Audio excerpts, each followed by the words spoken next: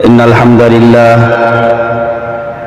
الحمد لله الذي جعل الشمس والقمر بحسبان والنجم والشجر يسجدان وفضل زمانا على زمان كما فضل مكانا على مكان وإنسانا على إنسان وأشهد أن لا إله إلا الله وحده لا شريك له ونشهد أن سيدنا وسندنا وحبيب قلوب ربنا ومولانا محمدا عبده ورسوله صلى الله تعالى عليه وعلى آله وصحبه وبارك وسلم تسليما كثيرا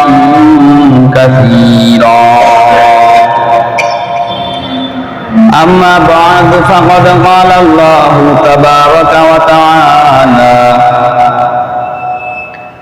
في كلامه المجيد والفرقان الحميد أعوذ بالله من الشيطان الرجيم بسم الله الرحمن الرحيم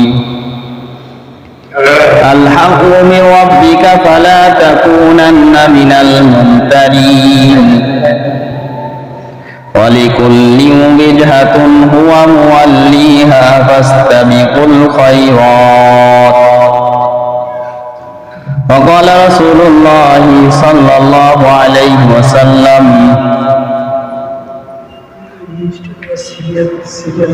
من تمسك بسنتي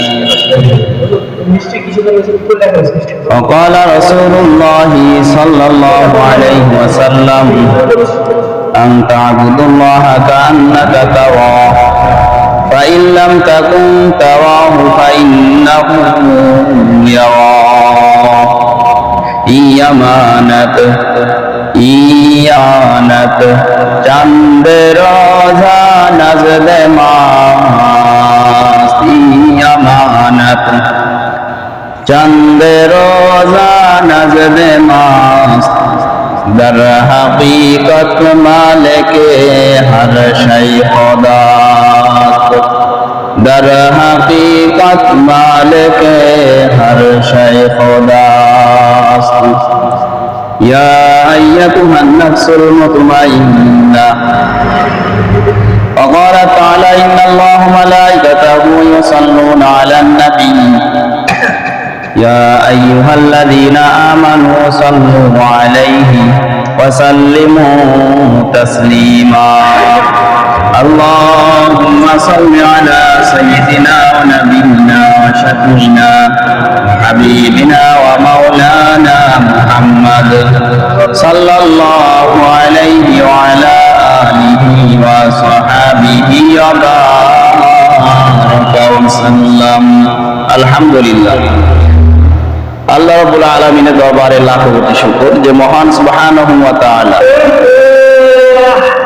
আমাদেরকে দুনিয়ার অগণিত মানুষের মধ্য থেকে যাচাই বাছাই করিয়া সমস্ত কাজ কর্ম থেকে ফারাক করিয়া সর্বপ্রকার বিপদ আপদ থেকে হেফাজত করিয়া এই ফিতনা ফাসাদের জামানায় ফিতনা ফাসাদের যুগে মানুষ নেক কাজ ছাড়ার প্রতিযোগিতায় লিপ্ত গুনাহের মধ্যে লিপ্ত এমনই ফিতনা ফাসাদের জামানায় আল্লাহ সুবহানাহু ওয়া তাআলা আমাদেরকে দয়া করে ভালোবেসে মহব্বত করে তার গোলামির জন্য প্রতি জুমার ন্যায় আজও তারই ঘর মসজিদে আসার ও বসার তৌফিক দান করেছেন এজন্য অন্তর থেকে কালিমাতুশ শুকর আদায় করি আলহামদুলিল্লাহ লা ইন শাকারতুম লা আযীদান্নাকুম আল্লাহ রাব্বুল আলামিনের শুকরিয়া সর্ব অবস্থায় করা আমাদের জন্য দরকার আমাদের প্রয়োজনীয় আমাদেরই করতে হবে আল্লাহ রাব্বুল আলামিনের প্রশংসা যদি আমরা করি, আল্লাহ রাব্বুল আলামিনের কোনো লাভ হবে না। আবার যদি আল্লাহ রাব্বুল আলামিনের প্রশংসা থেকে সমস্ত মাখলুক যদি বিমুখ হয়ে যায়, তারপর আল্লাহ রাব্বুল আলামিনের যাররা পরিমাণও কোনো ক্ষতিও হবে না। লাভ যদি হয় আমাদেরই হবে, লস যদি হয় আমাদেরই হবে। আমাদের লাভের জন্য হইল আল্লাহ রাব্বুল আলামিনের প্রশংসা, শুকরিয়া জ্ঞাপন করার অভ্যাস, বেশি বেশি গড়ে তোলার অভ্যাস আমাদেরই করতে হবে, আমাদের নিজেদের স্বার্থের জন্য, নিজের লাভের জন্য।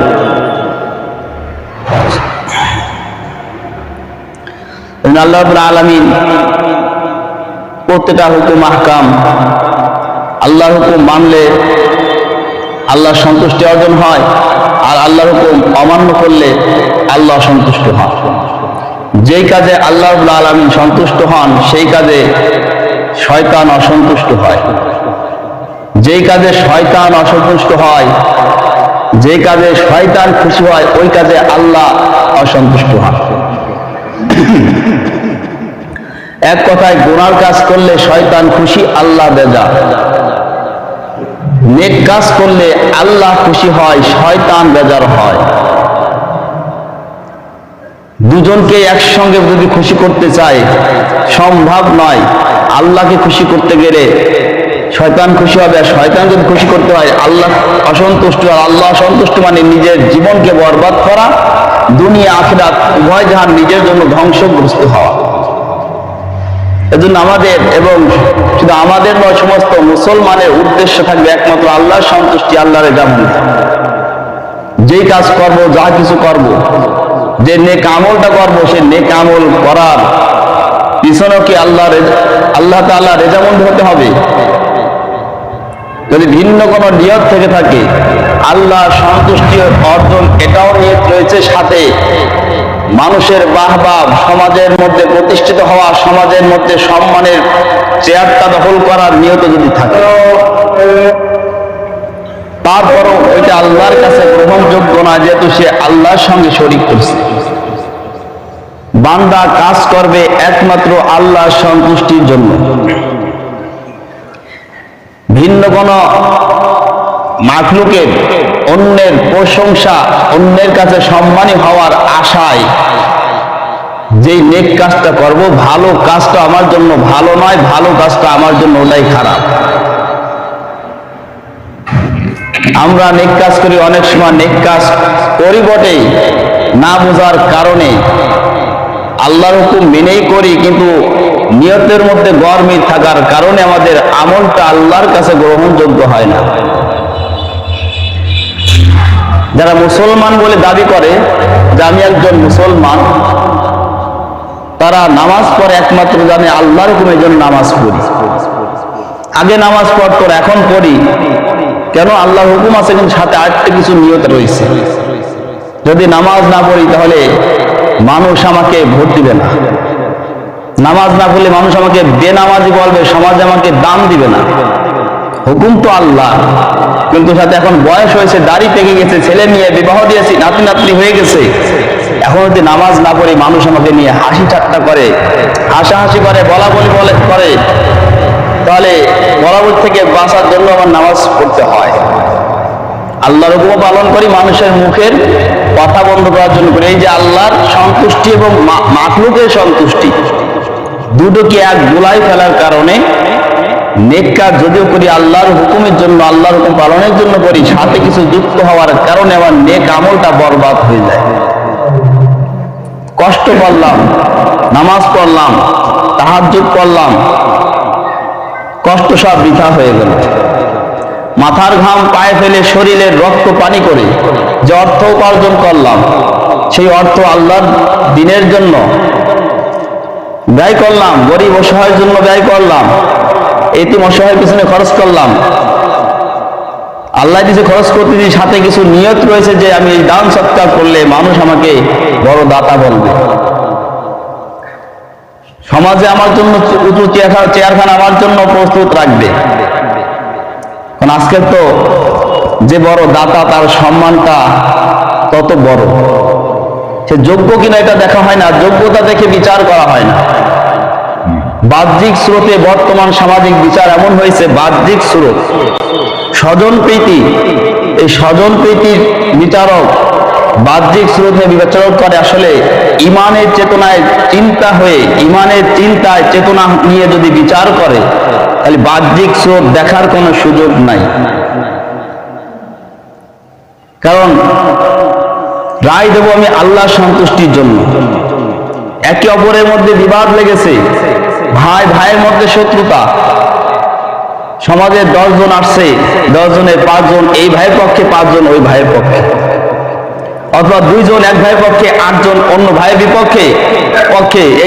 এই যে পক্ষটা ভারী ভাবে পক্ষকে জয় করে নিয়ে যায়, সত্য মিথ্যা যাচাই বাছাই নাই, টার্গেট আগের থেকে করে আসে, সে আমার মহব্বতের লোক, তাকে যে কোনো মূল্যে তাকে জিতাইতে হবে, তাকে অসম্মানী করা যাবে না। এটার নাম স্বজনপ্রীতি। আগের থেকে রায় মনে মনে কল্পনা করা আছে যে আমি কোন দিকে রায়টা দেব, বাহ্যিক স্রোতে কিছু শোনার দরকার শুনবো, যদি বলার সুযোগ না দিয়ে ভাই তাও সেই সুযোগটাও দিব না।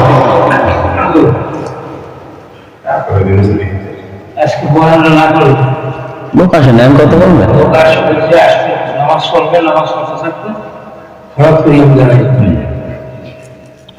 বললেন সাথে শেষ করে দেবেন।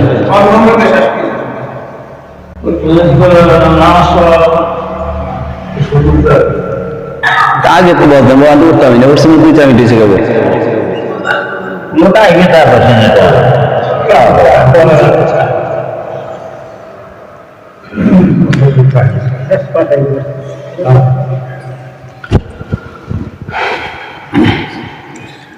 আল্লাহ রাব্বুল আলামিন তার বান্দা, আমরা যে কাজ করো প্রতিটা কাজ আমাদের নিয়ত থাকবে এখন আল্লাহর রেজামন্দি। যে কোনো কাজ করি না কেন, সমাজের মধ্যে করি, ঘরের মধ্যে যে কাজ করব, ঘরের বাইরে সমাজে কাজ করব, রাষ্ট্রের যে কাজ করব, প্রত্যেকটা কাজের পদক্ষেপ হতে হবে আমাকে আল্লাহর রেজামন্দির নিয়তে। আল্লাহ খুশি হবে সেই পথটা আমাকে অনুসরণ করতে হবে, চেষ্টা করতে হবে। যদি দেখি না এই পথে আল্লাহ খুশি না, সমাজ খুশি হয়, তাহলে সমাজকে খুশি করার জন্য আমি ওই কাজ করব না, যেহেতু ওই কাজের মধ্যে আল্লাহ অসন্তুষ্টি হন। আর আল্লাহ যেই কাজে অসন্তুষ্ট হন, ওই কাজের মধ্যে সমাজ যত কল্যাণময় মনে করুক না কেন, সমাজ আমাকে যত বাহবা দিক না কেন, সমাজ আমাকে মাথার তাজ বানায় রাখুক না কেন, আমি মাথার তাজ হতে চাই না, আমি আল্লাহর গুসায় পতিত হতে চাই না, আমি আল্লাহর সন্তুষ্টি অর্জন করতে চাই। এই জন্য প্রতিটা কাজ, প্রতিটা পদক্ষেপ, প্রতিটা কদমে কদমে আল্লাহ তাআলা রেজামন্দির নিয়তে পদক্ষেপ সামনে অগ্রসর হওয়া। আল্লাহ বলেছেন ফাস্তাবিকুল খায়রাত, তোমরা নেক কাজের প্রতিযোগিতা করো, গুনার কাজ থেকে তোমরা ফিরে থাকো। গুনাহ থেকে বাঁচার জন্য নেক কাজ, যত ভালো ভালো কাজ আছে, যত নেক কাজ আছে, সেই নেক কাজ সঙ্গে অন্যের আরেকটা মুসলমান ভাইয়ের সঙ্গে প্রতিযোগিতা করো। সে যে নেক আমল করলো, ওই নেক আমলটা তার থেকে বেশি করার জন্য তোমার মনের মধ্যে সেই দৃঢ় বিশ্বাস, দৃঢ় তোমার মনের মধ্যে সে প্রতিজ্ঞাবদ্ধ হও যে আমি তার থেকে বেশি নেকি অর্জন করব, তার থেকে আমি নেকের পথে আগাই থাকবো। এইভাবে চিন্তা করতে হবে, যে কোনো পথ হোক না কেন, সেটা নামাজ নিয়ে হোক, রোজা নিয়ে হোক, দান সৎকা নিয়ে হোক, হক কথা বলা নিয়ে হোক, ন্যায় বিচার নিয়ে হোক না কেন, আমাকে আর এক মুসলমান ভাই সে যে নেক কাজ করতেছে, সে সত্য কথা বলে মানুষকে দাওয়াত দিতেছে, তার থেকে আমি ওই কাজটা বেশি করার চেষ্টা করব। সে নামাজ পড়তেছে, ফরজ নামাজের পাশাপাশি নফলের পাবন্দি করে, তাহলে আমিও তার থেকে বেশি করার চেষ্টা করব। সে দান সৎকা করে দিনের জন্য, মসজিদ মাদ্রাসা এতিম অসহায় গরিবদের জন্য নেক কাজের মধ্যে সে খরচ করে, আমি তার থেকে বেশি খরচ করবো। এটাই তো আল্লাহ বলেছেন ফাস্তাবিকুল খায়রাত, যত নেক কাজ আছে, ভালো কাজ আছে, এই কাজে প্রতিযোগিতা করো। তাহলে এই প্রতিযোগিতার মধ্যে কি আল্লাহ খুশি, এই প্রতিযোগিতার মধ্যে কি আল্লাহ খুশি। কিন্তু বেজার একজন আছে, সে বেজার কে, যে মানুষের ভালো চায় না, আদম জাতি ভালো চায় না, আদম জাতিকে জাহান্নামে নিতে চায়, তার তো মুখটা বেজার, তার মুখ বেজার, তার মুখ বেজার মানে আপনার পথ সফলতার পথ, আর তাকে সেটি খুশি হয়তো বুঝতে হবে আপনার পথটা কি জাহান্নামের পথ, আল্লাহ সন্তুষ্ট। একজন ফাস্তাবিকুল খায়রাত, সর্বক্ষেত্রে সর্ব অবস্থায় প্রতিটা মুহূর্তে প্রতিটা পদে পদে আমাকে প্রতিযোগিতা করব, নেকের বেলায় প্রতিযোগিতা করব, পাপের বেলায় নয়, পাপের বেলা ফিরে থাকার প্রতিযোগিতা করব, পাপের বেলায় কি তার বিপরীত। তো আল্লাহ সাল্লাল্লাহু আলাইহি ওয়াসাল্লাম বলছেন কি, তোমরা নেকের বেলায় উপর দিক তাকাও, নেক কাজের বেলায় সেটা যেই পদ হোক না কেন, নামাজ রোজা হজ যাকাত দান সদকা যেই কাজ হোক না কেন, নেকের কাজের বেলা উপর দিকে তাকাও, মানে তোমার থেকে বেশি কে করে। তাহলে ভিতরে কি একটা প্রতিযোগিতা ভাব এসে যাবে, সে আমার থেকে আগায় রয়েছে, তাহলে সে তো জান্নাত আমার থেকে বড় জান্নাত পাবে, জান্নাতের নিয়ামত নাজ নিয়ামত আমার থেকে বেশি আগায় থাকবে, তাহলে তার থেকে আমাকে বেশি অর্জন করতে হবে। উপর দিক তাকাইলে কি হয়, একটা বেশি পাওয়ার আকাঙ্ক্ষা ভিতরে তৈরি হয়। তা এইভাবে আমলের নেক আমলের ব্যাপারে উপর দিক তাকাইতে বলছে আল্লাহ রাসূল। আর দুনিয়ার ব্যাপারে বাহ্যিক দুনিয়ার ব্যাপারে বলছে নিচের দিকে তাকাও। তুমি 3 তলা মালিক আছো, 5 তলার দিকে তাকায়ও না, ওদিকে চিন্তা করো না। তুমি 3 তলা মালিক আছো, তুমি 1 তলার দিকে তাকাও, সে তোমার থেকে নিচু আছে, তারপর সে ভালো আছে। তুমি উপর দিক তাকাইলে তোমার 3 তলা নিয়ে তুমি খুশি হতে পারবা না যে আমি তার থেকে ছোট আছি। কিন্তু আপনার থেকে আমার থেকেও যারা পুরে ঘরে আছে, টিনে ঘরে আছে, 1 তলা দেওয়ার ক্ষমতা নাই, সে আমার থেকে আরো কত কঠিন অবস্থা আছে, তার থেকে আল্লাহ আমাকে ভালো রাখছে। এই জন্য বলা হয়েছে দুনিয়ার ব্যাপারে উপরে নয়, মাথা নজরটা নিচের দিকে রাখো, তোমার থেকে নিচে যারা আছে তাদের দিকে লক্ষ্য করো, আল্লাহ তাদের থেকে তোমার কত ভালো রাখছে। আর নেক আমল বেলা নিচের দিকে নয়, উপর দিকে। তোমার থেকে কে বেশি নেক আমল করে, কে কম করে, তার দিকে দেখা যাবে না। তো 5 ওয়াক্ত নামাজ পড়ে, সুন্নত পড়ে না, কি নফল পড়ে না, তাহাজ্জুদ পড়ে না, ইশরাক পড়ে না, আওয়াবিন পড়ে না, আমি তো 5 ওয়াক্ত নামাজ পড়ি, তাহাজ্জুদ নামাজও পড়ি, সে তো তার থেকে বেশি আছি, এটা দেখবো না। একদিন 5 ওয়াক্ত পড়েই চলে যায় আর নামাজ ধার ধারে রাখি। আরেকদিন দেখা যায় 5 ওয়াক্ত নামাজ পড়ে, আওয়াবিন পড়ে, ইশরাক পড়ে, তাহাজ্জুদ পড়ে। তাহাজ্জুদ নিয়ে একটা পড়া অনেক কঠিন মনে করে মানুষ, আসলে কঠিন না, চাইলে ওটাও সহজ আছে। আল্লাহ রাসূল সাল্লাল্লাহু আলাইহি ওয়াসাল্লাম তাহাজ্জুদ নামাজের জন্য বেতের নামাজ হাতে রেখে দিতেন। বেতের নামাজ পড়তেন কখন? ফজরের ওয়াক্ত আসার আগ মুহূর্তে বেতের নামাজ পড়তো। এর আগে জাগরত হয়ে কি তাহাজ্জুদ পড়তো, এরপরে ফজর ওয়াক্ত আসার আগে বেতের নামাজটা পড়তো। কিন্তু আমাদের তো আসলে ওইভাবে আল্লাহ আমাদেরকে সচেতন বানাই নাই। আমরা ঘুমাইলে বলতে পারবো না সকালে বলে উঠে নামাজ পাবো কিনা, নিশ্চিত বলতে পারি না। ইচ্ছা আছে, অনেক সময় নামাজ জামাত তো দূরের কথা কাজাই হয়ে যায়, সময় কাজা হয় কি হয় না, হতেই পারে, এটা হতেই পারে। এই জন্য আমাদের ওই বসা হয়ে থাকা যাবে না। আমরা এই রাতে দেখার ভেতর পড়ে নেবো, যদি অভ্যাস আমাদের নাই, কন্টিনিউ ওঠার অভ্যাস আমাদের নাই, এই রাতে বেতের পড়ার আগে যদি 2 রাকাত 4 রাকাত 6 রাকাত যদি নামাজ পড়ি, নফল নামাজ, ওটাও বেতের নামাজ, ওটাও কি বেতের নামাজ, মানে বেতের তাহাজ্জুদ নামাজ।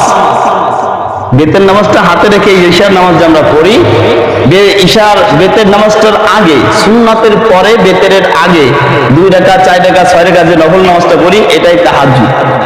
নফলের নিয়ত করিয়া তাহাজ্জুদের নিয়ত করি, এটাই কি তাহাজ্জুদ। তাহলে আমাদের ফজর ওঠার অভ্যাস আমাদের তো ওইভাবে কন্টিনিউ নাই। তাহলে এই রাতে পড়ে তাহাজ্জুদ করে ঘুমাইলাম, বেতেরও পড়লাম, যদি আবার তৌফিক হয়, ওঠার সুযোগ হয়, উঠে আবার তাহাজ্জুদ পড়লাম, নাই পড়লাম না। এই যে সুযোগ, কত সুযোগ হয়েছে। আল্লাহ সাহাবীদেরকে বলছে যে তাই কন্টিনিউ এইভাবে আমল করো, তাহাজ্জুদ যেন না ছুটে যায়। এইভাবে প্রতিটা পদক্ষেপে নেক আমলে দেখবো যে সে ফজরে উঠে তাহাজ্জুদ নামাজ পরে আমি পড়তে পারি না, তাহলে আমি এই রাতে পড়ে নেবো। তাহলে একটা প্রতিযোগিতা হইল যে সে ফজরে উঠে 4 রাকাত পরে 6 রাকাত পরে, আমি এই রাতে 8 রাকাত পরে তারপর বেতের পড়বো, তার থেকে আগাই থাকবো। প্রতিযোগিতায় প্রত্যেকটা নেক আমলের বেলা এইভাবে প্রতিযোগিতা করতে হবে। এই প্রতিযোগিতা করার দ্বারা আল্লাহ খুশি হয়, সফলতার পথ অগ্রসর হওয়া যায়, আর তিরস্কারের পথ থেকে অর্থাৎ জাহান্নামের পথ থেকে কি রক্ষা পাওয়া যায়, হেফাজত থাকা যায়। একজন নেক আমলের বেলা উপর দিক যে আমার থেকে বেশি করে তার দিকে লক্ষ্য করবো, লক্ষ্য করলে ভিতরে একটা প্রতিযোগিতা ভাব এসে যাবে, আমার নেক আমল বেড়ে যাবে। নেক আমল আমার পথকে সহজ পথে জান্নাতের পথে অগ্রসর করায়, আর বদ আমল হচ্ছে আমাকে জাহান্নামের দিকে অগ্রসর করায়।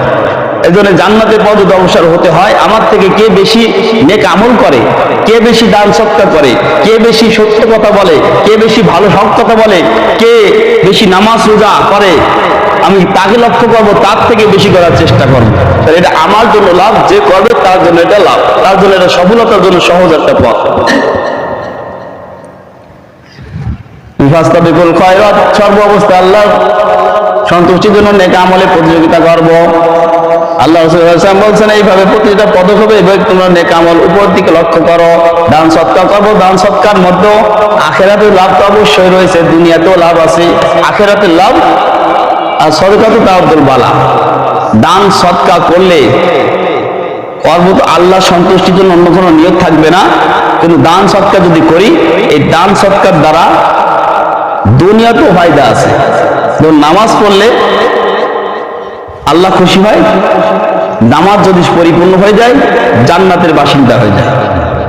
নামাজ যদি পরিপূর্ণ হয়ে যায়, কোনো ঘাটতি না থেকে ওই নামাজ তাকে জান্নাতে পৌঁছায় দিবে। আর যদি নামাজে ঘাটতি থেকে যায়, তাহলে বিভিন্ন ব্যবস্থা, যদি নফল নামাজে ঘাটতি রয়েছে, তখন আল্লাহ রাব্বুল আলামিন ফেরেশতাকে বলে, দেখো আমার এই বান্দার নামাজ তো ঘাটতি রয়েছে, তাহলে দেখো কোন নফল নামাজ আছে কিনা। নফল নামাজ আছে না, এই যে আওয়াবিন করবো, ইশরাক করবো, তাহাজ্জুদ করবো, যাহা কিছু করবো, নফল আবার বান্দার আমলে নফল নামাজ আছে কিনা, ওইটা দিয়ে দেখো ফরজ ঘাটতি পূরণ করা যায় কিনা। যদি পূরণ হয়ে যায় তার সে সফলতা। এইভাবে যত ফরজ কাম আছে, রোজা 30টা রোজা ফরজ, 30 রোজার মধ্যে কোনো ঘাটতি রয়েছে আমার অজান্তেই রয়েছে, 30টা রোজায় পালন করছি, জীবনে কোনো রোজা ভাঙ্গি নাই, কিন্তু আমার অজান্তে কোনো একটা রোজা আমার আদায় হয় নাই, জানাও নাই, কিন্তু নফল রোজা রয়েছে। যখন দেখবে রোজা ফরজ রোজার মধ্যে তার ঘাটতি রয়েছে, বলবে দেখো আমার এই বান্দার আমলের মধ্যে কোনো নফল রোজা রয়েছে কিনা। যদি নফল রোজা থাকে, ওটা দিয়ে ফরজের ঘাটতি পূরণ করা হয়। এইভাবে প্রতিটা ফরজ কাজ, যাকাত ফরজ হয়েছে, জাকাতের মধ্যে কোনো ত্রুটি থাকলে, অজান্তে যদি কোনো ত্রুটি থেকে থাকে, দান সৎকার, নফল দান সৎকার যে আছে, এটা দিয়ে ঘাটতি পূরণ করা হয়। তাই ফরজের ঘাটতি নফল দিয়ে আল্লাহ পূরণ করে হলেও বান্দাকে নাজাতের ব্যবস্থা করে সুযোগ করে দিবে। এই জন্য বেশি বেশি সর্বাবস্থায় কি নফলের পাবন্দি করা, আর দান সৎকার করলে তো আখিরাতেও লাভ, দুনিয়াতেও লাভ। দুনিয়াতে কি অনেক হায়াত বেড়ে যায়, আয়ু বৃদ্ধি পায়, বালা মুসিবত দূর হয়।